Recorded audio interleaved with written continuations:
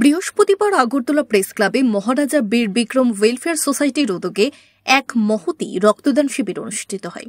শিবিরের আনুষ্ঠানিক উদ্বোধন করেন তেলেঙ্গানার রাজ্যপাল জিষ্ণু দেববর্মা। এদিন রক্তদান শিবির পরিদর্শনকালে সাংবাদিকদের মুখোমুখি হয়ে তেলেঙ্গানার রাজ্যপাল দেববর্মা বলেন, রক্তদান মহৎ দান। রক্তদানের বিকল্প কোনো কাজ হতে পারে না।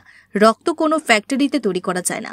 বিজ্ঞানের আবিষ্কার বহুদূর অগ্রসর হলেও বিজ্ঞানীরা এখনো পর্যন্ত রক্তের বিকল্প কোনো কিছু আবিষ্কার করতে পারেননি। একমাত্র রক্তদানের মধ্য দিয়েই রক্তের ঘাটতি পূরণ করা সম্ভব। স্বাভাবিক কারণেই রক্তদানের সকলকে এগিয়ে আসার আহ্বান জানিয়েছেন তেলেঙ্গানার রাজ্যপাল জিষ্ণু দেববর্মা।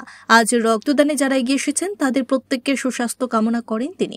সাংবাদিকদের ওপরে প্রশ্নের উত্তরে তেলেঙ্গানার রাজ্যপাল বলেন, পাকিস্তানকে উচিত শিক্ষা দিতে দেশের প্রধানমন্ত্রী নরেন্দ্র মোদী সিঁদুর অপারেশনের সিদ্ধান্ত গ্রহণ করেছেন। এই অপারেশনের মধ্য দিয়ে ভারত দেখিয়ে দিয়েছে কিভাবে জঙ্গি ঘাঁটিগুলি ভেঙে দিতে হয়।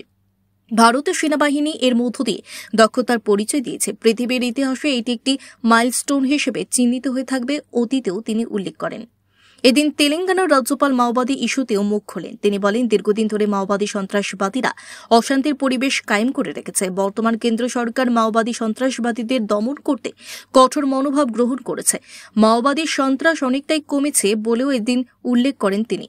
জিষ্ণু দেববর্মা বলেন, উন্নয়নের মূল শর্ত হল শান্তি। কেননা শান্তি না থাকলে উন্নয়ন করা সম্ভব হবে না। স্বাভাবিক কারণে সন্ত্রাস ভবনে এবং মাওবাদী সন্ত্রাস দমনে ভারত সরকার, বিশেষ করে দেশের প্রধানমন্ত্রী যে পদক্ষেপ গ্রহণ করেছেন তা প্রশংসার দাবি রাখে। Bureau report, BTV Tripura news.